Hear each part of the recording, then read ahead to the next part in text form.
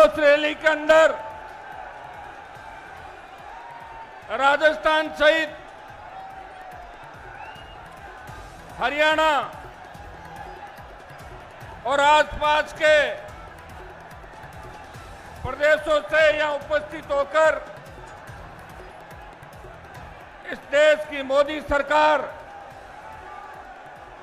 और राजस्थान की भजनलाल सरकार को अपना आक्रोश दिखाने के लिए जिस तरह आप यहां लाखों की संख्या के अंदर उपस्थित हुए, जयपुर की सड़कों पे नौजवानों के आक्रोश का सैलाब और आपने संदेश दे दिया कि तापमान चाहे 48 डिग्री हो, चाहे 47 हो और चाहे 50 हो, राजस्थान के नौजवान अब अपना हक और अधिकार लेने के लिए सरकार के अंदर घुसेंगे, सरकारी तंत्र पे कब्जा करेंगे और इस तरह भारतीय जनता पार्टी और कांग्रेस जो लगातार 70 साल से इस राजस्थान के नौजवानों को लूट रही है, जिस तरह राजस्थान अपराधियों का अड्डा बन गया, जिस तरह अपराध में, महिला अत्याचार में राजस्थान 1 नंबर पे आ गया, जिस तरह नकल, पेपर माफिया, बजरी भू माफिया, बजरी माफिया, पर्यटन माफिया, शराब माफिया इस राजस्थान में समानांतर सरकारें चला रहे। अब राजस्थान का नौजवान इन सब को उखाड़ के फेंकने के मूड के अंदर इस जयपुर की धरती पे आज अपना आक्रोश व्यक्त करने के लिए आया है। मैं तमाम नौजवानों को अपील करता हूं, एक बार बैठे, बीच में आवाज नहीं करें, मेरी पूरी बात सुने और अपने भविष्य को सुनिश्चित कैसे करेंगे। अपने छोटे भाइयों का जो मैं देख रहा है स्कूल, कॉलेज और विश्वविद्यालय के अंदर जो हमारे छोटे भाई बहन पढ़ रहे हैं, उनका फ्यूचर कैसे हो, कैसे वो सुरक्षित हाथों में रहे राजस्थान, इसको लेके इन आने वाली राजस्थान की नई पीढ़ी का फ्यूचर कैसे सुरक्षित रहे, कैसे राजस्थान पे हमारे बच्चे, हमारी बेटियां आधी रात को भी कहीं भी निकले उस सुरक्षित महसूस करे। किस तरह राजस्थान का जो सम्मान आज से 25-30 साल पहले देश के अंदर था, कैसे उस सम्मान को लौटाएं, इसको लेके छोटे भाइयों का कि बाड़मेर से लेके भरतपुर और गंगानगर से लेके डूंगरपुर तक तमाम इलाकों से सर्व समाज का नौजवान, धरती पुत्र, किसान का बेटा, किसान की बेटियां आज मुझे आशीर्वाद देने के लिए इस तपती धूप के अंदर इस लू के थपड़े झेलते हुए आज अपने भाई को मजबूती देने के लिए यहां लाखों की तादाद के अंदर आप उपस्थित हुए। आज जो राजस्थान की जयपुर की धरती पे जिस तरह बाड़मेर से भरतपुर, गंगानगर से डूंगरपुर आप अपने अपने साधन से और अपने अपने खर्चे से प्रत्येक नौजवान इस राजस्थान के अंदर आक्रोश राजस्थान की सरकार के खिलाफ दिखाने के लिए आया, मुझे ताकत दी, मुझे ऊर्जा दी, उसके लिए आपका बहुत बहुत धन्यवाद। सबका बहुत बहुत आपका धन्यवाद। भाइयों, बहुत ज्यादा गर्मी है। इस तापघात से जो राजस्थान में 25 तारीख से लेकर 9 दिन तक नो तप्पा, जैसा कि मौसम विभाग ने बताया। लेकिन मैं आपको धन्यवाद दूंगा कि आपके हौसले के आगे कल इंद्रदेव भी मेहरबान हुए और तापमान 47 डिग्री से 37-38 डिग्री में 10 डिग्री कम हुआ। ये आपकी ताकत और आपके आक्रोश के कारण ही हुआ। मैंने मेरे जीवन के 25 साल विश्वविद्यालय की राजनीति करते हुए सत्ता को ठोकर मार के जहां भी मेरे भाइयों को जरूरत पड़ी आगे खड़ा मिला। गहलोत सरकार से टक्कर ली, वसुंधरा सरकार से टक्कर ली और देश के किसानों को आवश्यकता पड़ी तो आपके सम्मान के लिए, राजस्थान के सम्मान के लिए मोदी की सत्ता को ठोकर मार के 70 दिन उस शाहजहांपुर हाईवे पे 70 दिन तक -2 डिग्री ठंड पे वो बैठा रहा। वो आपके सम्मान की लड़ाई लड़ रहा था। जब देश की सेना को ठेके पे दे दिया उस वक्त देश का कोई नौजवान एमपी जो मेरे भाइयों के लिए लड़ रहा था, जो कह रहा था कि राजस्थान, हरियाणा, पंजाब, दिल्ली और वेस्टर्न यूपी के हमारे जांबाज लड़ाके इस देश की सीमाओं की सुरक्षा करते हैं, देश की सीमाओं के रक्षक हैं, इस आर्मी को जो ठेके पे दिया है इसका आरएलपी विरोध करती है।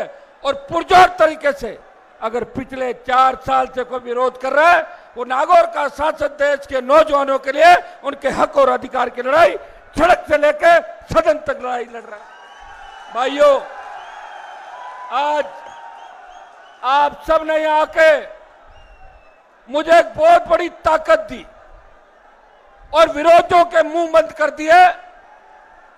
कहा तो प्रधानमंत्री की जब बीकानेर में रैली हुई 20-20, 30-30 मंत्री, पूरे देश के बीजेपी के नेता, सारे साधन, गाड़ियां, एयर कंडीशन डोम, फिर भी सरकारी कर्मचारियों को ले जाना पड़ा और वो टेंट और डोम नहीं भरा। लोगों का जो मोदी के प्रति प्रेम था वो धीरे धीरे देश के अंदर कम होता नजर आ रहा है।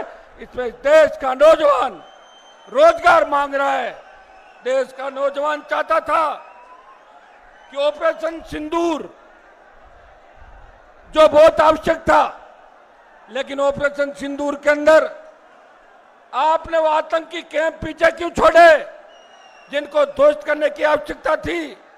आपने पीओके पे कब्जा क्यों नहीं किया? प्रधानमंत्री जी, आप अपनी नाकामी छुपाने के लिए बीकानेर में रैली करके संदेश दे रहे हो और आपको तो ये भी पता नहीं कि रगों में लहू बहता है। आपने तो सिंदूर को रगों में डाल दिया। इससे बड़ा अपमान इस देश का नहीं हो सकता। सिंदूर हमारी संस्कृति का प्रतीक है और माताएं बहनें सिंदूर को मिटने नहीं देती। यहाँ की नारी, यहाँ की सतियां और यहाँ की जो हमारी वीरांगनाएं, उनकी अजब कहानी इस राजस्थान की वीरांगनाओं की। भाइयों, प्रधानमंत्री ने राजस्थान को लज्जित किया। यहाँ पर्ची का मुख्यमंत्री भेज दिया कि जिसकी पर्ची खुले वो राजस्थान का सीएम है। यह बेइज्जती राजस्थान की प्रधानमंत्री ने करी। हमें इन सब का बदला लेना है, लेकिन बदला हमें कांग्रेस पार्टी से भी लेना है। कांग्रेस भी आपकी नहीं है। मत बोलो, शांति से सुनो पूरी बात। आज आपको जिस काम के लिए आमंत्रित किया, आज राजस्थान के अंदर पेपर माफिया इतना हावी हो गया। आरपीएससी, माध्यमिक शिक्षा बोर्ड, कर्मचारी चयन बोर्ड भ्रष्टाचार के अड्डे बन गए। कई मंत्री की पोती नकल करते हुए पकड़ी जाती है, उस मामले को दबा दिया जाता है। मैं पूछना चाहता हूं भजनलाल जी, आपके मंत्री की पोती नकल करते हुए पकड़ी गई, कम से कम एक बयान तो मंत्री का आना चाहिए कि पोती ने गलती करी ये नकल की सीख दादाजी ने दी थी, ये राजस्थान की जनता जानना चाहती है। जो न्याय मंत्री है, जो कानून मंत्री है, वो लोगों को न्याय और कानून की पालना बताते हैं। उनके घर के अंदर अगर इस तरह संस्कार दिए जाएंगे तो राजस्थान का भविष्य क्या होगा, ये राजस्थान का जवान आपसे जानना चाहता है। भाइयों, एसआई भर्ती के अंदर जो घोटाला हुआ, भारतीय जनता पार्टी के तमाम नेताओं ने सड़कों पे बात कही कि हम अगर सत्ता के अंदर आए, एसआई भर्ती को रद्द करेंगे, सीबीआई जांच कराएंगे, आरपीएससी का पुनर्गठन कराएंगे, पीटीआई से लेके तमाम उन भर्तियों का जिनके पेपर लीक हुए, हम आयोग बिठा के रीट लेवल फर्स्ट उसकी सीबीआई जांच कराएंगे और बड़े मगरमच्छों को पकड़ के सलाखों के पीछे डालेंगे। ये बात करके बीजेपी के लोग राजस्थान के जवानों को बरगला के बेखा के सत्ता के अंदर आ गए और 1.5 साल तक एसओजी लगातार धरपकड़ करती रही। 55 से लगभग थानेदार पकड़े गए और 200 राडार पे और 103 लोगों की गिरफ्तारी हो गई। आरपीएससी के 2 मेंबर जेल के अंदर है। किसी भी चेयरमैन से पूछताछ नहीं हुई। मैं पूछना चाहता हूं भजन लाल जी, क्या आप जाति पूछ के गिरफ्तारी करते हो? क्या वो शेड्यूल ट्राइब के मेंबर हैं, वो ओबीसी के मेंबर हैं, इसलिए जेल के अंदर है? आपने संजय सोत्रे से पूछताछ क्यों नहीं करी? आपने शिव सिंह राठौर से पूछताछ क्यों नहीं करी? आपने दीपक उप्रेती से पूछताछ क्यों नहीं करी? आपने शिव सिंह, भूपेंद्र यादव, इन तमाम लोगों को छोड़ क्यों दिया? आपकी सरकार पे उंगली उठ रही है कि आप घोर जातिवादी है। ये देश का नौजवान और देश के तमाम लोग कह रहे हैं। ये जो आगे की पंक्ति में खड़े, ये बैठो, नीचे बैठो, एक बार सारे नीचे बैठ जाओ। ये बैठो बच्चों, नीचे बैठो, सारे नीचे बैठ जाओ। आगे वाले बैठो नीचे, एक बार नीचे बैठो, नीचे बैठो भाई, नीचे प्लीज।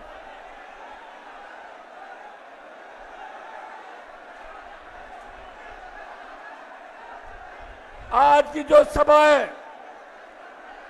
बैठिए नीचे। ये लड़ाई आपके लिए लड़ रहा हूं मैं, ये मेरी लड़ाई नहीं है। मुझे मेरे लिए लड़ना होता तो 2003 में मंत्री बन जाता। बैठिए प्लीज, बैठ जाइए सारे बैठो, एक बार प्लीज बैठो, नीचे बैठो। ये कोई साधारण जनसभा नहीं है। जिस तरह स्वतंत्रता आंदोलन के अंदर अंग्रेजों के खिलाफ जब भारतीयों ने हुंकार भरी थी, उसमें सबसे बड़ी क्रांति की शुरुआत हुई थी। वो 1857 की क्रांति थी। ये आक्रोश रैली इस राजस्थान के बदलाव की क्रांति है। इस क्रांति का आगाज जयपुर की धरती से लाखों नौजवान कर रहे, लाखों धरती पुत्र कर रहे। भाइयों,